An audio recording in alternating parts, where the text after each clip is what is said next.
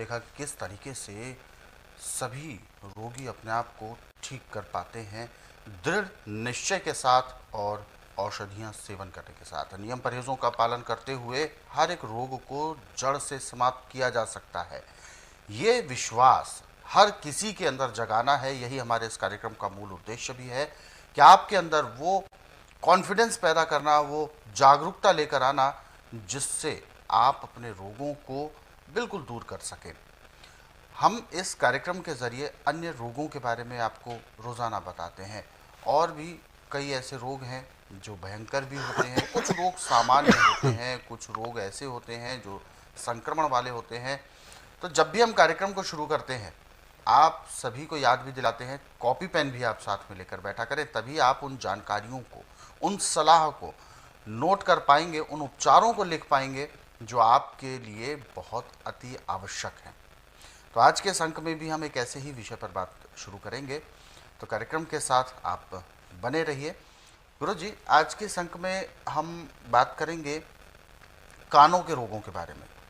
कान जो कि श्रवण शक्ति होती है हमारी, यदि ये क्षीण हो जाती है या किसी भी प्रकार के रोग हो जाते हैं, हम हर रोगों के बारे में बात करेंगे। कानों में उत्पन्न होने वाले कितने रोग हैं, इसके बारे में आप पहले बताएं। देखिए, कानों में रोग एक नहीं, कम से कम 20 रोग है। अच्छा। जैसे कान में भयंकर दर्द है, दर्द होता है, सुनाई नहीं पड़ता, कान में कीड़े पड़ गए। अच्छा, कीड़े भी पड़ते हैं? हाँ। अच्छा। तो उससे रोगी बहुत परेशान होता है और इसका उपचार पूरे संसार के अंदर मेडिकल में तो बिल्कुल नहीं है। वो सिर्फ दर्द है तो सुन करने की दवाई देंगे, रोग को काट नहीं सकते। कीड़े पड़े हैं तो उसमें भी दवाई डालते, कीड़े पूरे निकलते नहीं। और सुनाई नहीं पड़ता तो उसमें मशीन लगा देते हैं और फिर भी मशीन भी पूरा काम नहीं करती। परंतु मेरा एकमात्र आश्रम ऐसा है कि इसमें कोई आर्टिफिशियल चीज़ नहीं चलती, किसी की बनी बनाई चीज़ नहीं चलती, मेरे अपने सारे उपचार। कान में चाहे आपको बहरापन है, चाहे कान में दर्द है, चाहे कान में पस है, चाहे कान में कीड़े पड़े हैं, मेरे पास एक नहीं सैकड़ों दवाइयाँ हैं। परंतु अभी टीवी के माध्यम से जो आपको बता रहा हूँ, ये 3-4 नुस्खे बताऊँगा, इनमें से कोई सा भी अपना लें। हर किस्म के कान के रोग को ज़्यादा से ज़्यादा 5 सेकंड लगते हैं दर्द बंद होने में। और जो बिल्कुल बहरा है उसको भी हफ्ता 10 दिन में अच्छा सुनना शुरू हो जाता है। सबसे पहले तो यह कि आपके कान में भैं भैं की सैं की आवाज़ें आ रही है, सुनाई नहीं ठीक पड़ रहा है, कान में दर्द भी हो रहा है, तो आप बकरी का दूध लें, उसके अंदर चुटकी भर सिंधा नमक मिलाएं, उसको घोल करके कान में डाल दें और ऊपर रुई लगा दें और मुंह ऐसे चलाएं जैसे कुछ खा रहे हैं। और ये जगह मालिश करें। आप रुई लगा के रख दिया, फिर दूसरे कान में भी डाल दें और 1 घंटे के बाद उसको हटा के सिलाई पे रुई लगा के कान को अच्छी तरह साफ करें। दर्द तो आपका जब नमक और बकरी का दूध डाला, कितना भयंकर दर्द, कितना पुराने से पुराना, ज़्यादा 2 या 3 सेकंड लगने दर्द खत्म। अब कान से पस आ रही है तो उसके लिए अदरक का रस, उसमें भी थोड़ा सा नमक मिला के हल्का गर्म करके कान में डाल दो और ऊपर रुई लगा के मुंह को चलाओ जैसे खा रहे हैं और यहाँ से मालिश करो ऐसे। अब 1 घंटे के बाद कान साफ करना है, तो उसमें से आपको इतने टुकड़े आएंगे, अंदर खुंड जो बने हुए हैं उसके पस के, वो भी निकलेंगे और अंदर जहाँ से पस बन रही थी वहाँ तक का कान साफ हो जाएगा।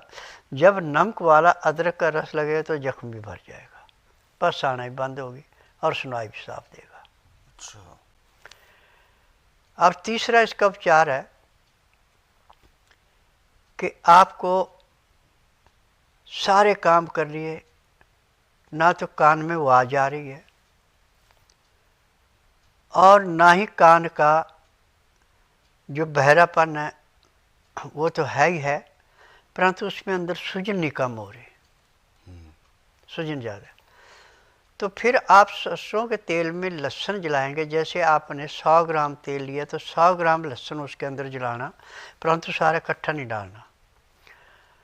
100 ग्राम तेल आप ऐसे बर्तन के अंदर डालें जिसमें आधा लीटर तेल आता हो, तो उसके अंदर आप 4-4, 5-5 तुलियाँ डाल के उसको बादामी रंग की करते जाएं, निकालते जाएं, नई डालते जाएं, पुरानी निकालते जाएं। अब आपका 100 ग्राम का तेल आपके पास 100 ग्राम जलाने पे 50 ग्राम रहेगा, 50 ग्राम समाप्त हो गया। अब इसको छान करके इसके अंदर देसी कपूर डाल के और फिर हरे रंग की बोतल कांच की, उसके अंदर इस तेल को लगा के 40 दिन तक धूप में रखना है। 40 दिन के बाद दिन में 2 बार उसको हिलाया करना। आप ड्रॉपर में लगा के रख लो इसको। कभी भी कान में बहरापन है, पस आ रही, सूजन है, ये सारे कामों को रोकेगा। आप 4-5 बूंद डालो और मुंह ऐसे चलाओ जैसे कुछ खा रहे हैं और यहाँ से मालिश करो। उसके आधे घंटे के बाद सिलाई पे रुई लगा के कान को साफ कर लो। सूजन भी ऐसे समाप्त होगी जैसे गुब्बारे में टाइट हवा भरी, छोटा सुराख कर दिया, आस्ता आस्ता आस्ता सिकुड़ जाता है, ऐसे सूजन समाप्त हो जाएगी। सुनवाई अच्छा देना शुरू करेगा और यदि उसके अंदर भी कोई कीटाणु है किसी किस्म का तो भी नष्ट हो जाएगा। अच्छा, इन्फेक्शन भी उससे? हाँ, जब आपने कपूर डाल के रखा है धूप में, 40 दिन की जो उसमें धूप गई, वो धूप की गर्मी उसके अंदर ऐसे जज्ब हो गई कि जैसे बहुत भयंकर अग्नि लगी और उस पर पानी डाल के अग्नि शांत कर दी, ऐसे अंदर का कान का सारा कचरा निकाल देती है। और ये मैंने कम से कम 1,00,000-1.5 लाख मरीज पे आजमाया है। और जिसको एक बार ये दे दिया उसने दोबारा ये नहीं कहा कि मुझे कानों में कोई तकलीफ है। और जो कान में मशीन लगाने के बाद भी अच्छा नहीं हाँ हाँ हाँ करते रहते थे, वो भी आज बिना मशीन के आराम से सुन रहे हैं। बिल्कुल। गुरुजी, एक समस्या होती है, ये तो रोगों की आपने बात की कि रोग हो जाते हैं, लेकिन एक समस्या होती है कि जब भी कभी अक्सर देखा है जैसे स्विमिंग पूल में कभी नहा रहे हैं या इवन ऐसी जगह पर जहाँ पानी भरा है वहाँ नहाते हैं तो कान में पानी चला जाता है। वो चाहे जितना भी हम साफ करने का प्रयास करें वो नहीं होता, लेकिन वो 3-4 दिन बाद दर्द करने लगता है। वो क्या रीजन? जब आप इस लहसुन वाले तेल को, इसका रीजन क्या है वैसे, ऐसा क्यों होता है?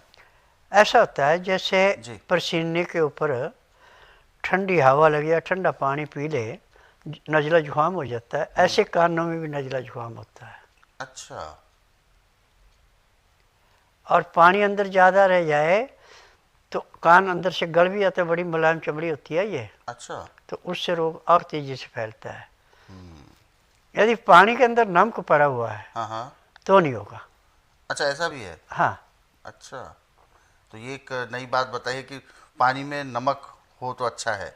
पानी में नमक घोल के जी और पानी को फिल्टर करके कान में डालो और मुंह को ऐसे चलाओ और ऐसे साफ करो और ऐसे कर दो, पानी निकल गया और अंदर जो उसका पानी का इन्फेक्शन था वो नमक ने ख़त्म कर दिया।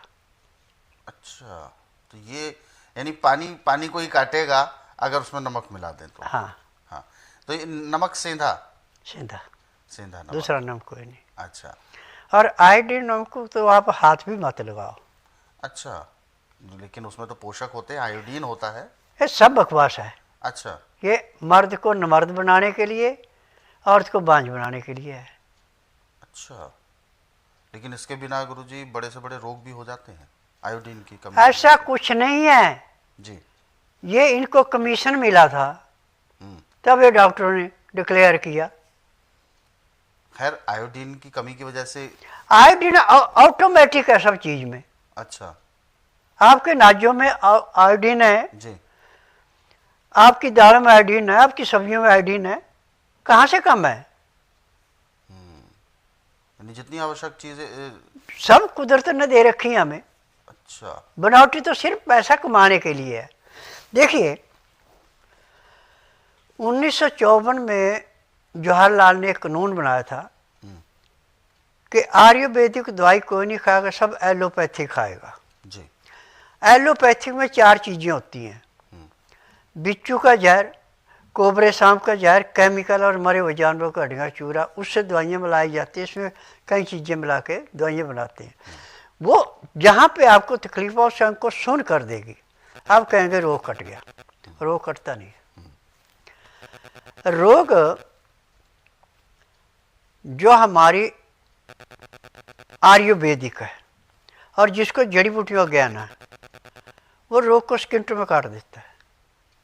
अब मैंने पूरे संसार को चैलेंज किया, चाहे मेडिकल है, चाहे आयुर्वेद है, चाहे यूनानी, चाहे होम्योपैथी, भाई जब आप किसी मरीज का इलाज करके थक गए, मरीज को राहत नहीं मिल रही है, आप बुधवार छोड़कर गुरुवार से लेकर मंगलवार के बीच में मेरे आश्रम में लाइए। जिस दिन लाना उस दिन रात्रि 10 बजे तक खिला पिला के दातन कूला करा के बड़ी इलायची मुंह में चूसने के लिए दे दें। जब तक मैं नाड़ी परीक्षण नहीं करूँ तब तक एक बूंद भी पानी पीने को या कुछ खाने को नहीं देना। 9 से 10 के अंदर उसका नामकरण कराओ, 10 से 12 में नाड़ी परीक्षण करूँगा। नाड़ी परीक्षण में पैर के तलवे से सिर के बाल तक की MRI, CT scan, x-ray, ultrasound, ECG, sonography सब कुछ हो जाएगा। अब जो जो उसके अंदर कमियाँ पाई जाएंगी सब दवाइयाँ दी जाएंगी और दवाइयाँ मेरी अपनी फार्मेसी में बनती हैं। सब दवाइयाँ जड़ी बूटियाँ हैं और उसी दिन उसको 20% आराम परमानेंट अपने मुंह से बोलेगा हाँ इतना आराम है मुझे, और महीने 1.5 महीने पूर्ण रूप से स्वस्थ हो गए, दवाइयाँ बंद हो गई। मेरे आश्रम की दवाई सारी उम्र नहीं खानी पड़ती, केवल उतने दिन खानी जितने दिन रोग है। अब कैंसर का इलाज किसी के पास नहीं है अभी, किडनी का इलाज किसी के पास नहीं है अभी, पांडु रोग का नहीं है, गठिए का नहीं है, यदि आंखों में फ्लू आ गया तो उसका नहीं है। मेरे पास तो हर एक चीज़ का है। और मेडिकल में तो आयुर्वेद में किसी एक अंग का एक ही डॉक्टर विशेष बन रहा है आजकल, परंतु यहाँ तो ऑलराउंड है, हर एक चीज़ का उपचार। हाँ। अब जिसको डॉक्टर कहते हैं भाई इसके शुक्राणु नहीं है और तो कह दिया इसका अंडा नहीं मर रहा है, जब यहाँ पे आते हैं तो 4 या 6 महीने इलाज चलता है, उनको संतानें मिल जाती हैं। तो जड़ी बूटियों के अंदर गुण है ना वो। मैंने पूरे संसार से एक निवेदन किया कि जब आदमी थक जाए तब भी मेरे पास आए। छोटे मोटे रोग के लिए जो मैं टीवी पे आपको नुस्खे बताता हूँ उससे घर में कर लो इलाज, बाहर आने की जरूरत ही नहीं। यानी रोग ये कैसे तय होगा कि किस रोग के लिए घरेलू उपचार काम करेंगे या औषधियां काम करेंगी? देखिए जैसे आपके सिर में दर्द हो रहा है, हाँ, और दर्द मिट नहीं रहा जी, आप पका हुआ नींबू लें, उसका रस निकालें और उसको कपड़े छान के अब उसको डाल दो आप नाक में, 4-4, 5-5 बूंद, और लंबा सांस लो ऐसे, आपका सिर दर्द खत्म हो गया, दवाई की जरूरत ही नहीं। यदि भयंकर दर्द हो रहा है, आपको कुछ नहीं मिल रहा है, आपके पास शहद है घर में, तो शहद ही आप नाक में डाल दो, शहद नाक में डाल दो और ऐसे सांस लो, सिर दर्द खत्म। शहद तो काफी गाढ़ा होता है गुरुजी।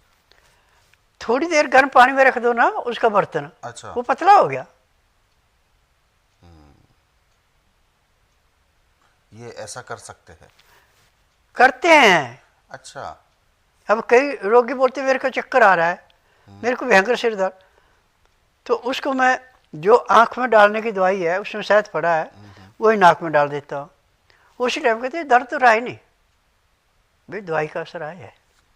अच्छा, यानी इतनी कारगर चीज़ें आज भी उपलब्ध होती हैं। हाँ, क्योंकि ऐसा माना जाता है ना कि जो आयुर्वेद है वो बीते समय के साथ लुप्त हो गया है, ऐसा माना। कोई लुप्त नहीं हुआ। अच्छा सिखाने वाले हैं नहीं जी, न सीखने वाले हैं, लुप्त तो वहाँ से हो रहा है। आज कहते हैं मैं जी आयुर्वेदिक डॉक्टर हूँ, मुझे नाड़ी का ज्ञान बिल्कुल नहीं है। वो कानों में लगा लिया और उसमें लगा लिया टिक टिक देखी कितनी है जी, और एक कर दिया, सब बहकावे का है। देखिए, कंपनियों से दवाई बनेगी, डॉक्टर के पास जाएगी, उसको कमीशन मिलेगा, एजेंट को कमीशन मिलेगा, सारा कुछ करेगा। यहाँ कमीशन किसी को नहीं है। यहाँ केवल औषधियाँ भी वही होती हैं, शुद्ध होती हैं औषधि, बिल्कुल शुद्ध। बिल्कुल। तो दर्शकों, ये जो बातें आप सभी ने जानी, ये वास्तव में ज़रूरी तो है हम सभी के लिए। हमें अपने जीवन में जो हमारी दिनचर्या है, उसको हम जो व्यतीत करते हैं, वो अगर हम व्यवस्थित तरीके से करें, नियमावली के तो तहत करें, और जितने भी हमें परहेज़ अपनाने चाहिए, जिन लापरवाहियों से दूर रहना चाहिए, उन सब को मद्देनज़र रखते हुए अगर हम करेंगे तो यकीन माने किसी भी तरह का हमें रोग होगा नहीं। और यही कारण होता है कि जहाँ भी हम समय के अभाव के चलते अपने शरीर पर ध्यान देना भूल जाते हैं, या जैसे खान पान है उसका कोई समय हमने तय नहीं किया, या गड़बड़ी हो जाती है समय में, या जो भी सामने आया हमने वो खा लिया, तो कहीं ना कहीं रोग को हम स्वयं निमंत्रण दे रहे हैं, ऐसा मानकर आप चलें। तो इसीलिए आपको किन किन चीज़ों का ध्यान देना है, उन पर आप गौर करें। और जो अभी गुरुजी ने उपचार बताए हैं, इन उपचारों को आपने याद ज़रूर कर लिया होगा। इसीलिए हम अक्सर आपको याद दिलाते हैं कि कॉपी पेन ज़रूर साथ में लेकर बैठें, ताकि वो नुस्खे और उपचार आपसे मिस ना हो जाएं।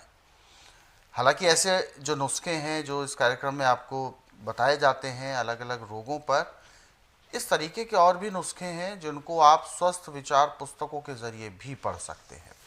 अगर आप ये पुस्तकें प्राप्त करना चाहते हैं तो आपको कहीं भी भाग दौड़ करने की ज़रूरत नहीं है, केवल एक कॉल लगानी है और पुस्तकें आपके घर तक पहुंचाई जाएंगी, कोरियर या डाक के माध्यम से। इसके लिए आपको संस्थान के नंबरों पर कॉल करना है। नंबर आपकी टीवी स्क्रीन पर है। सुबह 10 बजे से शाम 5 बजे के बीच में कॉल करने का समय है। और दर्शकों, यदि आप जानना चाहते हैं स्वस्थ विचार आश्रम के नियमों के बारे में, तो गुरुजी ने अभी संक्षिप्त रूप से आपको बताया है कि यदि रोग कोई भी आपके साथ ऐसा है, बढ़ गया है, भयंकर रोग है जिसको आप ठीक करना चाहते हैं, तो स्वस्थ विचार आश्रम आए। आने से पहले आपको ध्यान रखना है कि जिस दिन भी आप आएंगे उस दिन बुधवार नहीं होना चाहिए। गुरुवार से लेकर मंगलवार के बीच में आप आ सकते हैं। सुबह 9 बजे आपको पहुंचना होगा और 12 घंटे आपको अपना पेट खाली रख कर नाड़ी परीक्षण कराना है। यानी जिस दिन भी आपको सुबह पहुंचना है, उससे पहले रात्रि में भोजन, पानी, दूध जो भी आप खाते हैं या पीते हैं, वो सब आप रात्रि 9 और 10 बजे से पहले पहले कर लें। उसके बाद पूरी रात आपको कुछ नहीं खाना है, केवल सोना ही होता है। अगले दिन सुबह उठते हैं तब भी कुछ नहीं खाना है और ना ही पानी पीना है, और बिल्कुल सुच्चे मुंह आपको स्वस्थ विचार आश्रम आकर नाड़ी परीक्षण कराना है। और उसके बाद फिर आपको औषधि उपचार दिया जाता है आपके रोगों के मुताबिक, और नियम भी समझाए जाते हैं, परहेज़ भी समझाए जाते हैं, जिनको करने के बाद आप अपने रोगों को जड़ से दूर कर पाते हैं। अधिक जानकारी के लिए आप हेल्पलाइन नंबर्स पर कॉल कर सकते हैं। नंबर आपके टीवी स्क्रीन पर है।